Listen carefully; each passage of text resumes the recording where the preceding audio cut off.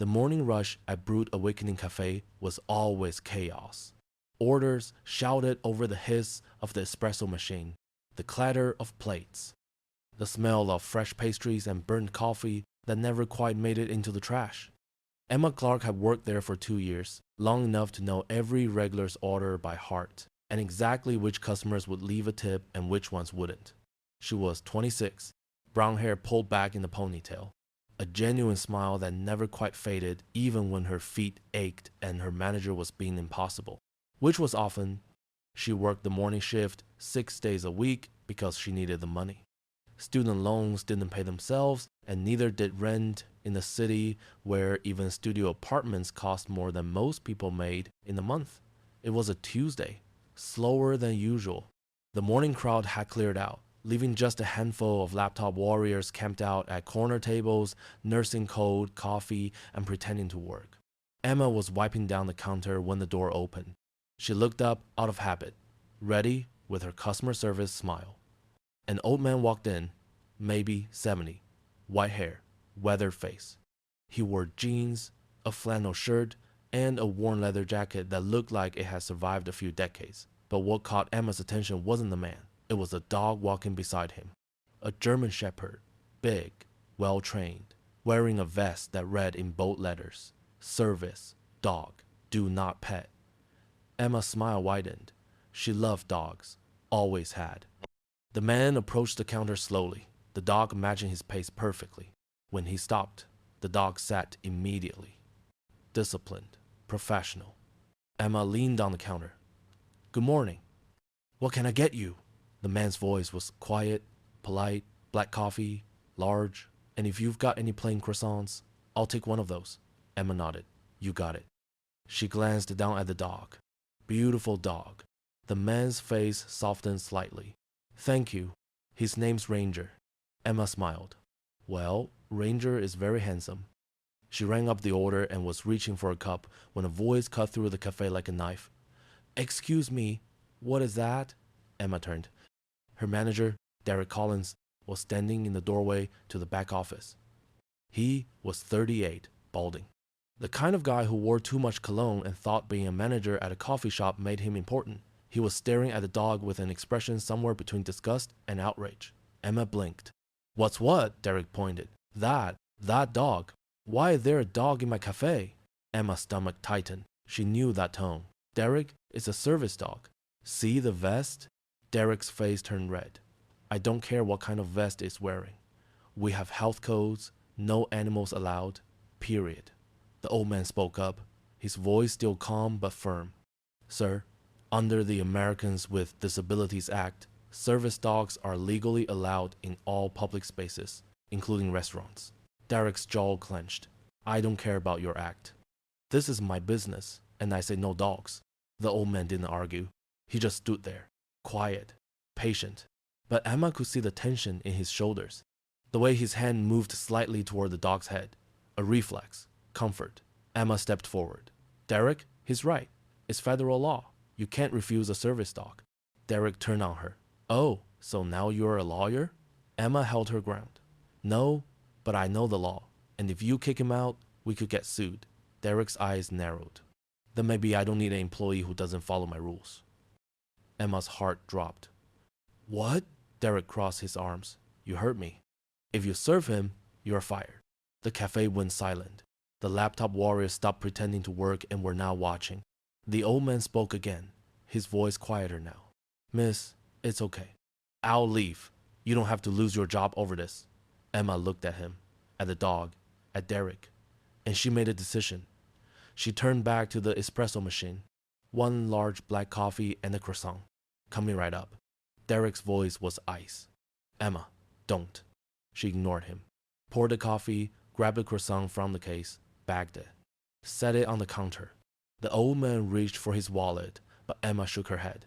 "It's on the house." The man hesitated. "You don't have to do that." Emma smiled. "I know, but I want to."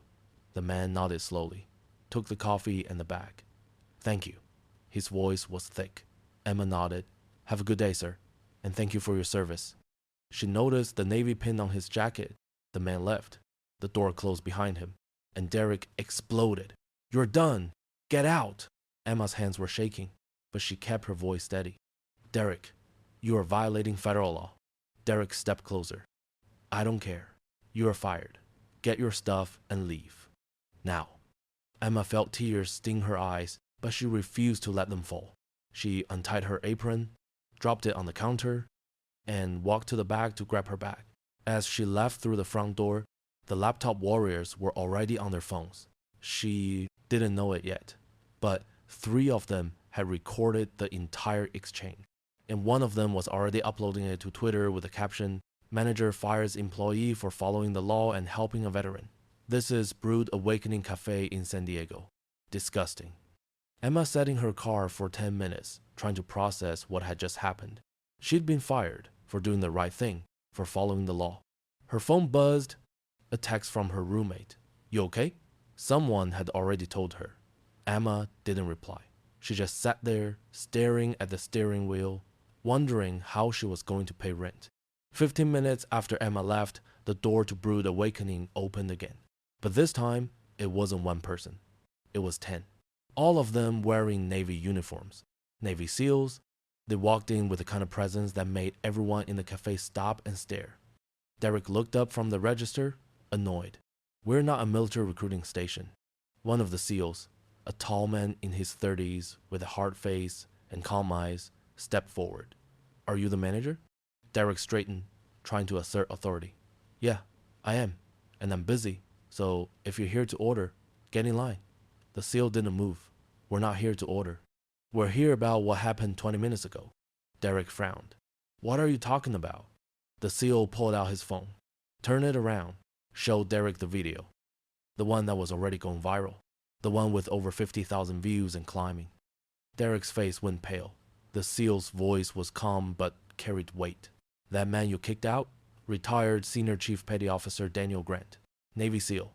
28 years of service. 3 combat deployments. His dog, Ranger, is a certified PTSD service animal. And that young woman you fired? She was the only person in this building who knew the law and had the guts to stand up for it." Derek stammered. I didn't know." The SEAL's expression didn't change. "You didn't ask. You just assumed. And then you fired someone for doing the right thing."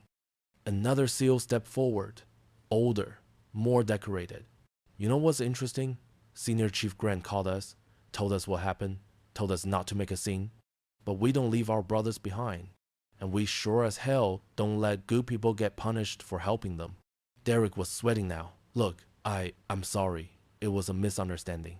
The first SEAL shook his head. "No, it wasn't. It was ignorance and arrogance." He gestured to the cafe. "Every person here saw what you did. And now, thanks to the internet, thousands of people know."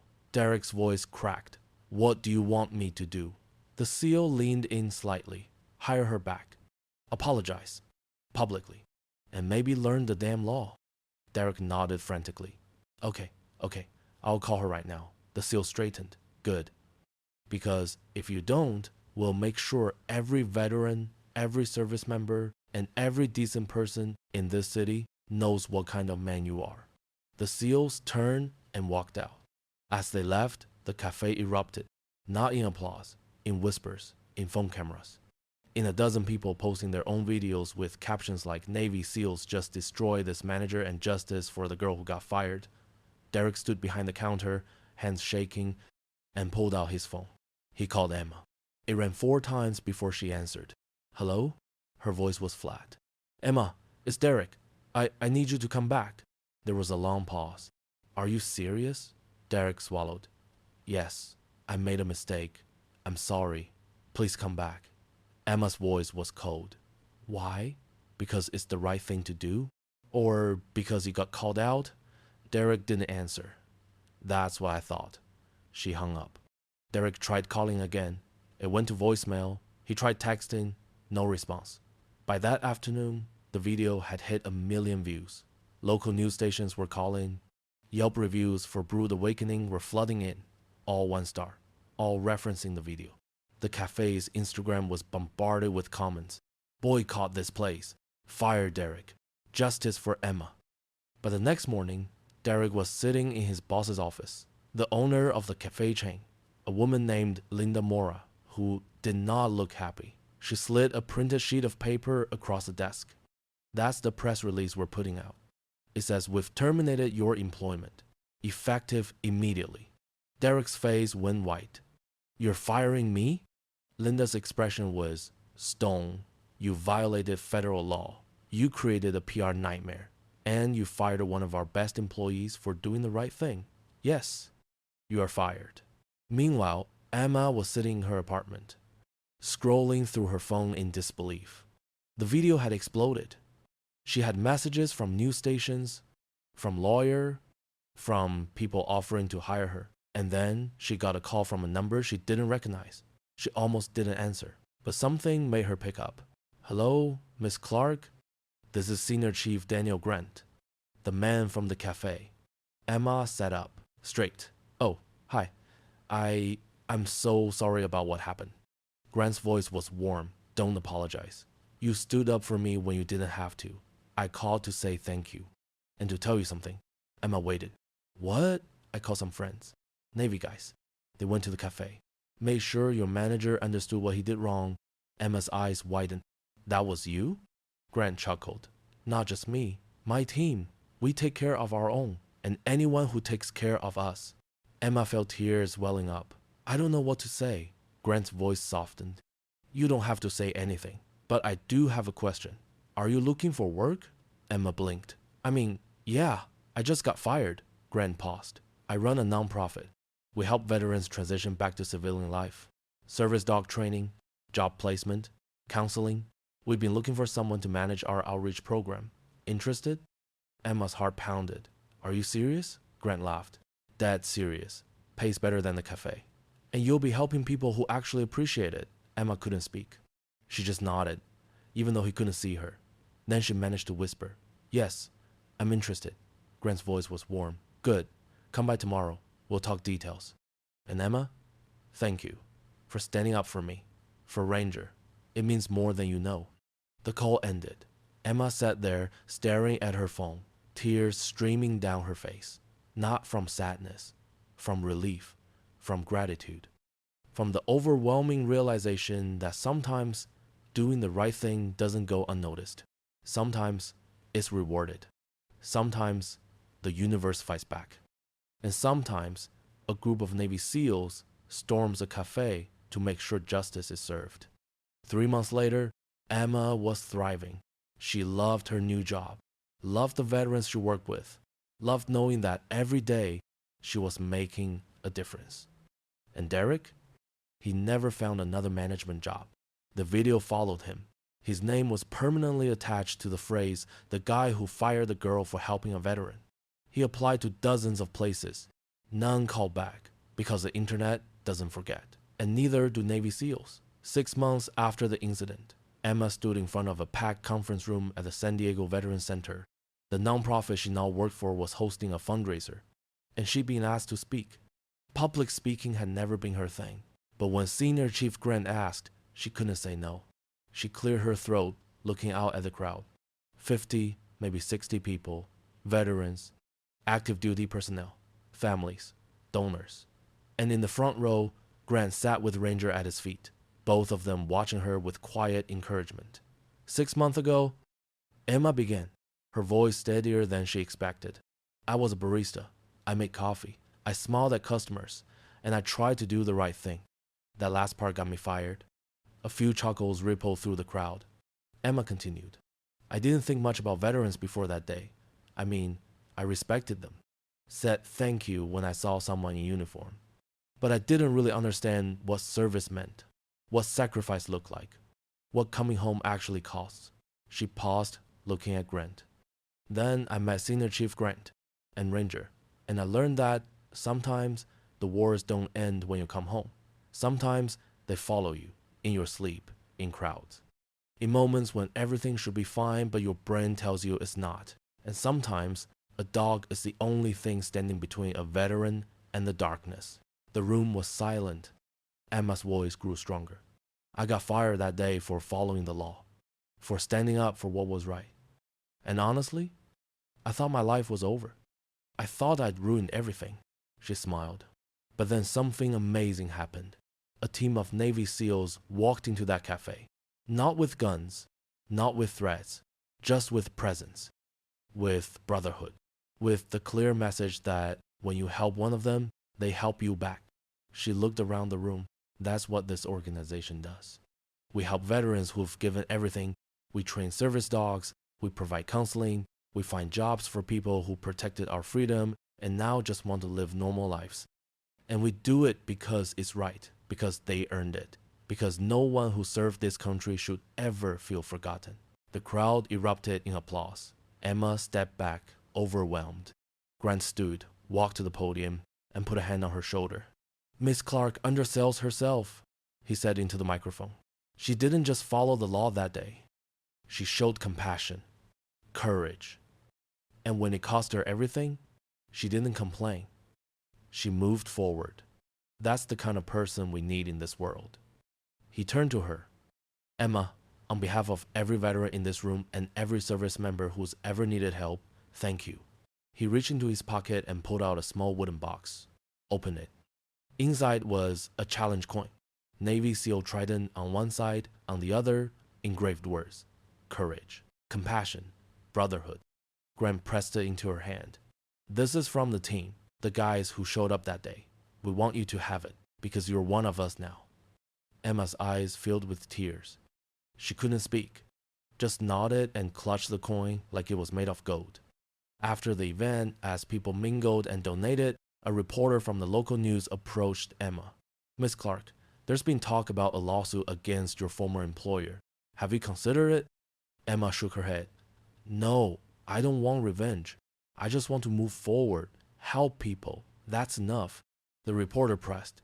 And what about Derek Collins? Any message for him? Emma thought for a moment. I hope he learned something. I hope he treats the next person with more respect. That's all.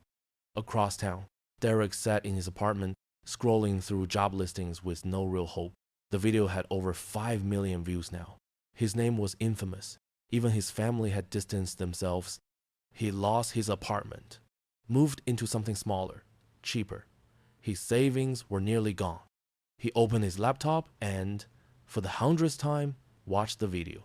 Watched himself kick out a veteran, watched himself fire a good person, and for the first time, he truly understood what he'd done. Not just broken a law, but failed as a human being. Failed to see past his own ego, failed to show basic decency. He opened a new email, typed slowly. Dear Miss Clarke, I know you have no reason to read this. No reason to forgive me. But I need you to know I'm sorry. Truly sorry. You were right. I was wrong. And I've spent every day since wishing I could take it back. I hope you're doing well. You deserve it. Derek. He stared at the screen, then deleted it. She didn't need his apology. She'd already moved on. And maybe that was the real lesson. That some mistakes can be fixed. They can only be learned from and carried forward as reminders of who not to be. Back at the Veterans Center, Emma stood outside with Grant and Ranger watching the sunset. Thank you, she said quietly, for everything. Grant smiled. You earned it, every bit. Ranger nudged her hand with his nose. She scratched behind his ears. Good boy, she whispered. And in that moment, Emma realized something. She lost a job, but she gained a purpose. She'd been fired for doing the right thing. And that right thing had led her exactly where she was meant to be. Helping those who'd given everything, standing with those who stood for others, and proving that sometimes the best victories aren't loud. They're quiet, they're personal, and they're worth everything.